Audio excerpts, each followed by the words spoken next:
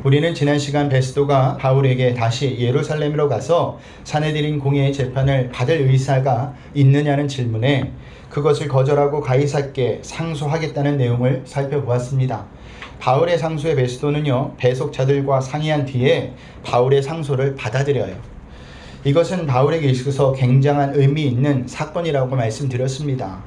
바울은요, 3차 전도 여행 중에 에베소에서부터 자신이 마지막으로 가야 할 지역은 로마라는 것을 알고 있었습니다. 그러나 로마에 어떤 방식으로 가게 될 것인지는 아직 정해지지 않은 상태였죠. 그런데 바울이 로마 황제에게 상소함으로써 드디어 자신의 마지막 목적지인 로마에 가게 된 것입니다. 이것은 결코 우연히 이루어진 것이 아니에요. 전적인 하나님의 계획이었습니다. 이보다 바울을 더 안전하게 로마로 데려갈 수 있는 방법이 어디 있겠습니까? 밖에는요, 아직도 바울을 죽이기 전에는 먹지도 마시지도 않겠다는 자들이 40명이나 버티고 있었어요. 그런 상황 속에서 바울이 개인적으로 로마로 간다는 것은요, 굉장히 어려운 것이었죠. 하지만 하나님께서 이 모든 상황을 통해서 바울을 가장 안전하게 로마로 갈 수 있도록 길을 열어주신 것입니다. 하나님의 백성인 우리에게도 하나님의 계획이 있습니다. 그 계획대로 하나님은 저와 여러분의 인생을 이끌고 계세요. 그러니 보이는 것에 처해진 상황에 너무 불안해하지 마시고 그럴수록 나를 위한 계획을 가지고 계신 하나님을 바라보시길 바랍니다. 하나님은요, 당신의 백성을 한 번도 실망시킨 적이 없어요. 항상 좋은 길로 인도하신다는 사실입니다. 자, 바울이 가이사에게 상소했기 때문에 베스도는요, 지금 이제 상급 법정에 제출할 사건의 개요를 담은 공소장을 작성해야만 합니다. 그런데 베스도는요, 유대인들과 바울 사이에 있었던 고소와 변론을 통해서 가이사에게 상소할 근거를 전혀 확보하지 못하고 있던 상태였어요. 베스도 입장에서는요, 굉장히 난처한 상황에 처한 겁니다. 자칫하면요, 자신이 무능한 관리로 로마 황제에게 낙인이 찍힐 수도 있는 겁니다. 그러므로 이 사건을 제대로 심리할 서류나 사람이 필요했는데 때마침 유대 종교 문제에 정통한 아그리빠 왕과 베니게 왕비가 가이사라에 방문하게 된 거예요. 그것이 오늘 13절 말씀부터 시작이 됩니다. 우리 13절을 보겠습니다. 우리 한 목소리 읽어봅니다. 수요일에 아그리빠 왕과 베니게가 베스도에게 문안하러 가이사라에 와서 아멘. 헤롯 대왕의 증손자였던 아그리빠 2세는요, 갈릴리와 베레아의 분봉 왕이면서도 예루살렘 성전과 감독권과 대제장 임명권을 가지고 있었던 자였습니다. 그의 아내 베니게는요, 아그리빠 2세의 여동생이에요. 지금 자신의 오빠인 아그리빠 2세와 불륜에 빠져 함께 살고 있는 겁니다. 결혼을 해서. 그러니까 지금은 아그리빠 2세의 부인인 셈이죠. 자, 이들이 가이사라에 방문한 것은요, 신임 총독 베스도에게 문안하고자 온 것입니다. 그리고 여러 날을 가이사라에 머물게 돼요. 이때 베스도는요, 아그리빠 왕에게 바울의 이야기를 꺼냅니다. 우리 14절에서부터 16절을 보겠습니다. 우리 한 목소리 읽어봅니다. 여러 날이 있더니 베스도가 바울의 일로 왕에게 고하여 이르되 벨릭스가 한 사람을 구려하여 두었는데 내가 예루살렘에 있을 때 유대인의 대제사장들과 장로들이 그를 고소하여 정죄하기를 청하기에 내가 대답할 때 무릇 피고가 원고들 앞에서 고소사건에 대하여 변명할 기회가 있기 전에 내주는 것은 로마 사람의 법이 아니라 하였노라. 아멘. 자, 이 대화에서 알 수 있는 것은요, 베스도는요, 바울을 전임 총독 벨리스가 남긴 귀찮은 존재라고 여기고 있다는 사실입니다. 여기 두다라는 의미로 번역된 헬라어는요, 뒤에 남겨두다라는 뜻을 가진 카텔레이포인데요, 바울이 자신과는 아무런 상관없는 귀찮은 존재라는 겁니다. 그러니까 베스도는요, 바울을 벨릭스가 남기고 간 잔유물 아니면 폐품 정도로 생각했던 거예요. 자, 바울이 어떤 사람이죠? 기독교 역사상 가장 위대한 사도였고 한 전도자였습니다. 바울을 통해서 복음은 땅끝까지 퍼져 저와 여러분에게까지 온 거예요. 그로 인해 저와 여러분은요, 예수님을 영접하였고 하나님의 자녀가 된 것입니다. 그런데도 왜 베스도는요, 그런 바울을 앞에 두고 벨릭스가 남긴 잔류문이랑 폐품 정도로 생각하지 못했을까요? 그 이유는 정치적으로 바울이 자신에게 아무 이득을 가져다 주지 않고 오히려 자신의 경력에 문제를 일으킬 소지가 있었던 자였기 때문입니다. 이것이 세상 사람들이고 이것이 진리를 모르는 자들이에요. 진리를 모르는 자들은요, 영적인 것에 조금도 관심이 없습니다. 그 대신 이 땅에서 어떻게 하면 잘 먹고 잘 살까에만 온통 관심이 있어요. 왜 그럴까요? 이 세상이 전부인지 알기 때문입니다. 자, 이런 느낌은요, 베스도가 아그리빠의 대화 속에서도 계속 드러나는 것을 볼 수가 있습니다. 우리 17절에서부터 19절을 볼까요? 우리 한 목소리 읽어봅니다. 그러므로 그들이 나와 함께 여기 오매 내가 지체하지 아니하고 이튿날 재판 자리에 앉아 명하여 그 사람을 데려왔으나 원고들이 서서 내가 짐작하던 것 같은 악행의 혐의는 하나도 제시하지 아니하고 오직 자기들의 종교와 또 예수라 하는 이가 죽은 것을 살아있다고 바울이 주장하는 그 일에 관한 문제로 고발하는 것뿐이라. 아멘. 자, 베스도도 처음에는요, 바울이라는 자가 굉장히 심각한 범죄를, 악행을 저질렀을 거로 생각했습니다. 왜냐하면 유대인들의 고소가 워낙 강경하였고 죽어야 한다고 하니까 바울이 엄청난 악행을 범한 자로 생각한 거예요. 그런데 막상 바울을 재판한 자리에 데려왔을 때 유대인들은요, 베스도가 생각했던 것처럼 악행에 대해서도 한마디로 말을 하지 못했던 거예요. 증명하지 못했습니다. 그 대신 유대인들이 말했던 것은요, 단기 종교적인 문제와 바울이 죽은 예수를 다시 살아났다고 하는 주장뿐이었다는 겁니다. 결국 베스도 입장에서는요, 바울의 일을 어떻게 보고 있는 겁니까? 별로 대수롭지 않은 일로 보고 있는 겁니다. 시덥지 않은 그냥 종교 분쟁으로만 보고 있는 거예요. 지금식으로 말하면요, 하나님을 믿는 사람들끼리 교리적인 문제를 다투는 것으로 보는 겁니다. 베스도가 왜 이렇게 보았을까요? 그것은요, 죽었다 다시 살아난 예수가 자기와는 전혀 관계가 없는 분으로 여겨졌기 때문이에요. 그런데 이러한 베스도의 모습은요, 오늘날의 세상 사람들도 마찬가지입니다. 그들은요, 예수님에 대해서 조금도 관심이 없어요. 예수님이 부활을 하든 승천을 하든 언제 다시 재림을 하든 아무 관심이 없죠. 우리에게나 예수님의 죽으심과 부활하심은 너무나 중요한 것인데 세상 사람들에게는요, 예수님에 관한 것은 하나도 중요하지 않아요. 그들이 중요하게 생각하는 것은 무엇일까요? 어떻게 하면 이 땅에서 잘 살까? 좀 더 누리며 살까입니다. 왜 이럴까요? 이 세상 사람들의 관심거리가 예수님에게 있지 않고 오직 세상에게만 있기 때문입니다. 그런데 문제는요, 오늘날 성도도 이렇게 산다는 게 문제예요. 예수님의 죽으심과 부활하심, 승천하셨다가 다시 오신다는 복음을 알고 믿으면서도 세상 사람들과 하등 다를 것이 없이 살아가고 있다는 사실입니다. 왜 그럴까요? 말로는 복음을 알고 믿는다고 하지만 사실은 복음을 모르는 것이고 복음을 믿지 않기 때문입니다. 말은 성도라고 하지만 성도가 아닌 거예요. 성도에게 예수님이 부활하시고 승천하셨다가 다시 오신다는 것보다 중요한 것이 어디 있습니까? 없어요. 제가 여러분들에게 한번 질문을 드리겠습니다. 혹시 여러분 인생에서 예수님이 없는 인생을 생각해 보셨나요? 그럼 어떤 마음이 드세요? 예수님이 없으면 나는 어떻게 됐을까? 큰일 날 뻔했구나 라는 생각이 드시나요? 만약 이런 생각이 들지 않는다면 여러분은요, 아직까지 예수님을 믿는 사람이 아닙니다. 죄로 죽을 수밖에 없는 인간에게 예수님보다 중요한 것은 없습니다.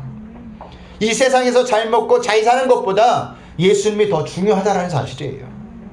하지만 현실은 예수님 없이 죽어가는 자들을 보면서 우리는 불쌍하다, 안 됐다 라는 생각을 갖기보다는 돈 없이 살아가고 없이 살아가는 자를 보면서 불쌍하다, 안 됐다 라는 생각을 더 많이 갖는다는 사실입니다.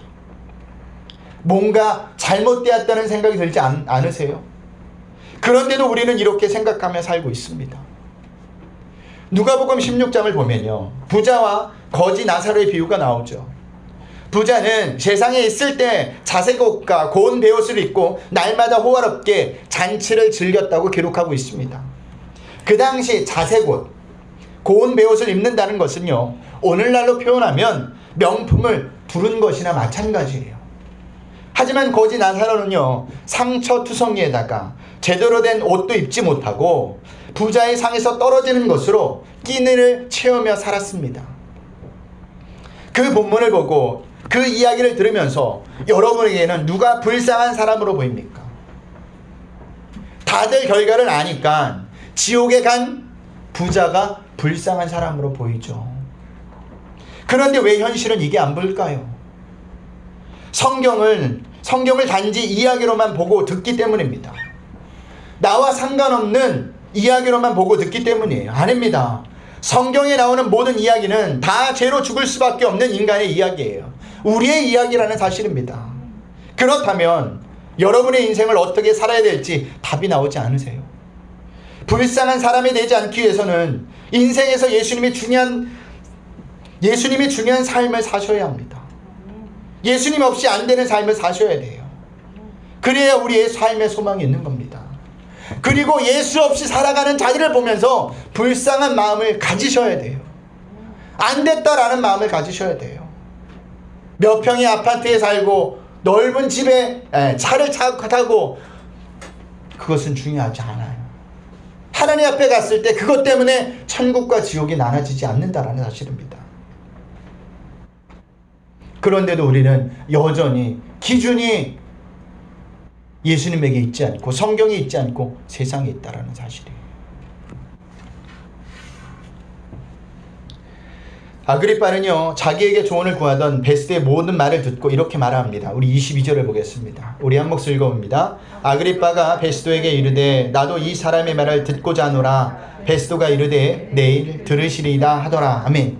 이 말을 보면요, 아그리빠가 바울이 말하는 복음에 대해서 알고자 하는 어떤 신앙적 열의가 있는 것처럼 보이기도 합니다. 하지만 현실은 그렇지 않아요. 그는요, 단지 바울이 말하는 복음에 대해서 호기심만을 갖고 그의 말을 들어보고자 한 것일 뿐입니다. 그렇게 해서 아그리빠와 바울은 만납니다. 복음을 듣지만 그런데 예수님을 영접하지 않아요. 오히려 우리가 다음 주에 살펴볼 26장에 보면요, 내가 적은 말로 나를 권하여 그리스도인이 되게 하려는 하고 바울에게 호통을 치는 모습을 찾아볼 수가 있습니다. 즉 예수님을 거부했다라는 거예요. 아그리빠는 왜 예수님을 영접하지 않았을까요? 자신이 죄인이라는 것을 깨닫지 못했기 때문입니다. 이보다 더 안타까운 일은 없어요. 그런데 오늘날에도 이런 일들이 비일비재하게 일어납니다. 수많은 사람들이 복음에 대해서 듣습니다.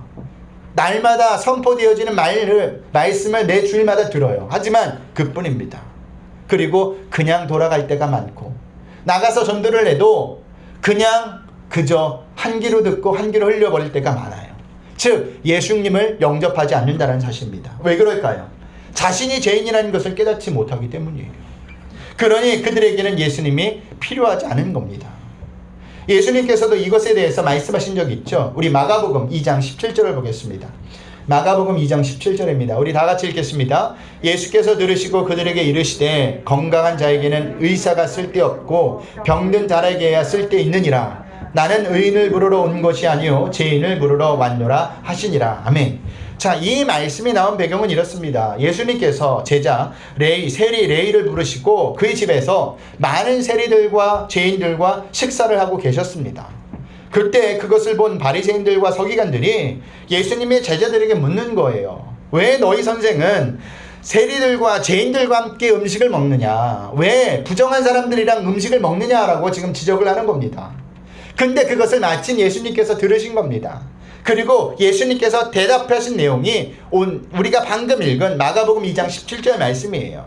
건강한 자에게는 의사가 쓸데없고 병든 자에게만 의사가 쓸데있다는 말씀이죠.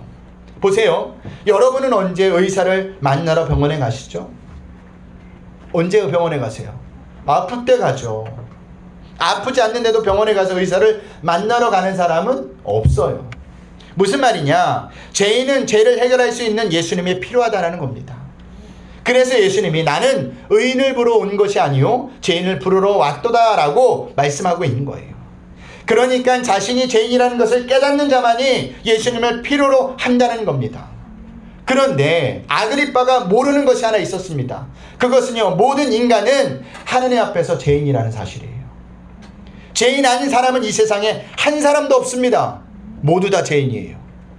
아그리빠는요, 바울을 만나 복음을 들었지만 자신이 죽을 수밖에 없는 죄인이라는 사실을 깨닫지 못한 거예요. 그래서 예수님을 영접하지 않았고 오히려 예수님을 거부한 겁니다. 나는 예수가 필요 없다는 입장이에요.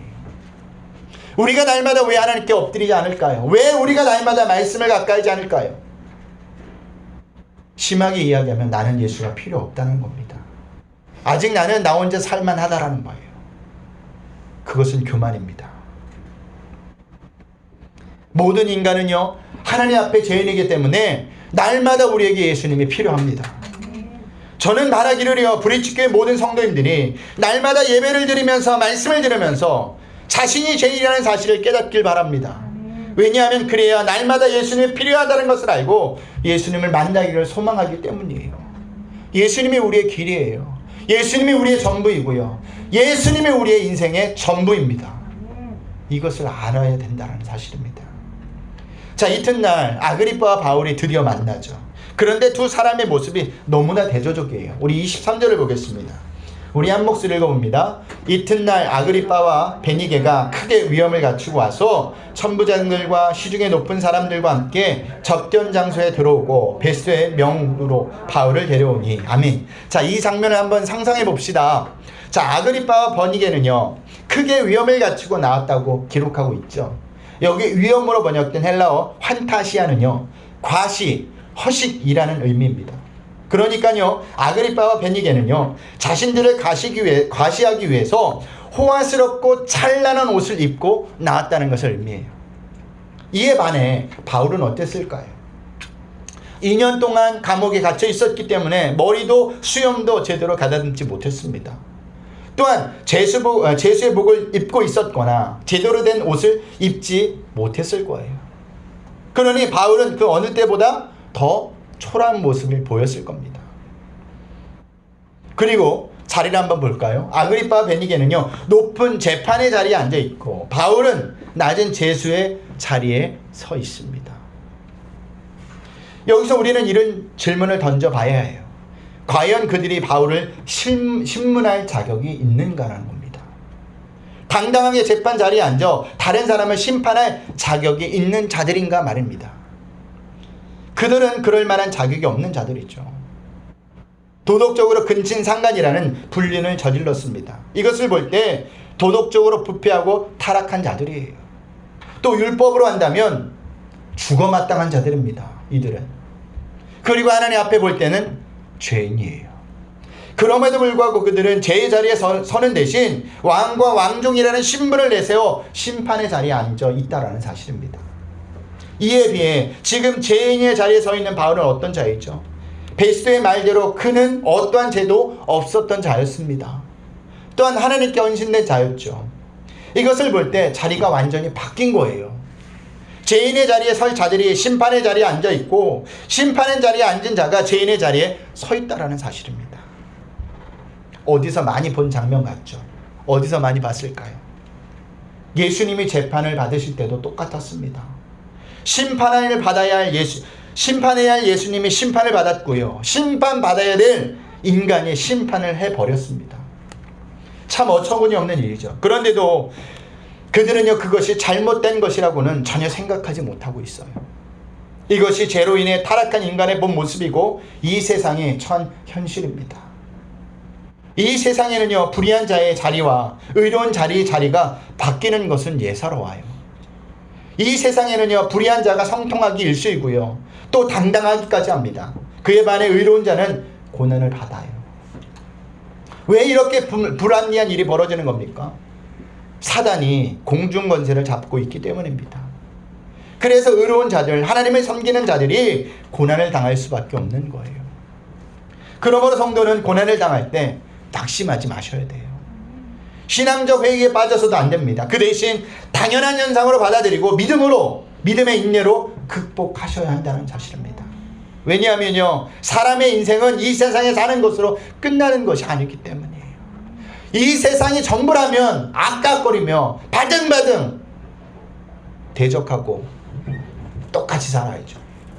근데 이 세상이 끝이 아니지 않습니까? 모든 사람은 이 세상을 떠나면 하나님의 심판을 받게 되어 있습니다. 그때 하나님은요, 이 세상에 행한 사람들의 믿음에 따라 심판을 하셔서 천국과 지옥으로 나누게 하신다라는 사실이에요. 눈에 보이는 것이 다가 아닙니다. 그러니 믿음의 눈으로 이 세상을 보길 바랍니다. 그러면 우리의 삶의 분명한 기준이 달라져요. 우리가 붙잡아야 될 것과 붙잡지 말아야 될 것을 분명히 알게 된다는 사실입니다. 어디가 우리가 목숨을 걸고 어디에 목숨을 걸지 말아야 될 것이 분명히 보인다라는 거예요. 우리가 믿음의 눈으로 세상을 보지 않기 때문에, 말씀의 기준으로 삶을 살아내지 않기 때문에 자꾸만 우리의 기준이 세상 사람들과 똑같아지는 겁니다. 저는 바라기를요, 여러분들이 기준을 확실히 세워서 세상 사람들과는 다른 삶을 사시길 바랍니다. 이 땅이 전부가 아니에요. 하나님의 심판대 앞에 갈 날이 있다니까요. 자신을 과시하기 위해서 호화롭게 찬란한 옷을 입은 아그리빠와 베니게와 그 어느 때보다 초라한 모습을 하고 있는 바울 중에 누가 하나님 보시기에 아름다운 사람일까요? 누가 하나님 보시기에 기뻐하는 사람일까요? 당연히 바울입니다.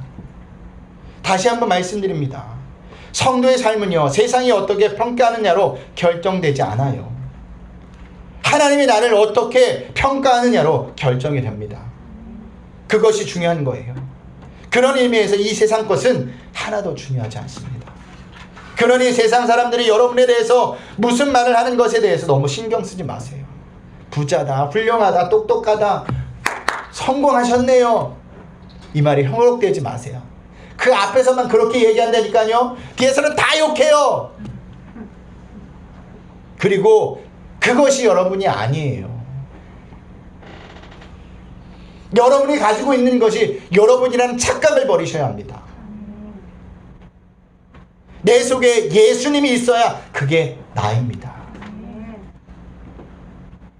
그렇기 때문에 우리는 늘 어떤 것을 생각하고 살아야 되느냐, 하나님이 나를 어떻게 평가하실까, 마지막 심판대 앞에서 나는 어디로 가게 될 것인가를 생각하셔야 합니다. 이 질문들이 우리를 하나님 앞에 바로 서게 만들고 예수님만을 붙들게 만든다라는 사실입니다. 다른 거 질문하지 마세요. 저 사람은 어떻게 부자가 됐지? 저 사람은 어떻게 저렇게 많은 것을 누리며 살지? 저 사람은 어떻게 자식 교육을 저렇게 시켰어? 너무 부럽다. 잠깐은 가질 수가 있어요.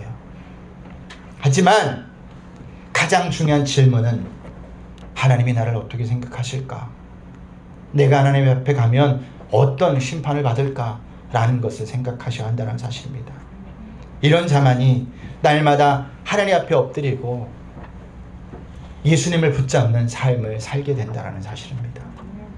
이것을 꼭 기억하셔서 한 주간도 믿음으로 주님 앞에 예배하며 예수님을 붙잡는 저와 여러분들이 되시길 주님의 이름으로 부탁드리겠습니다.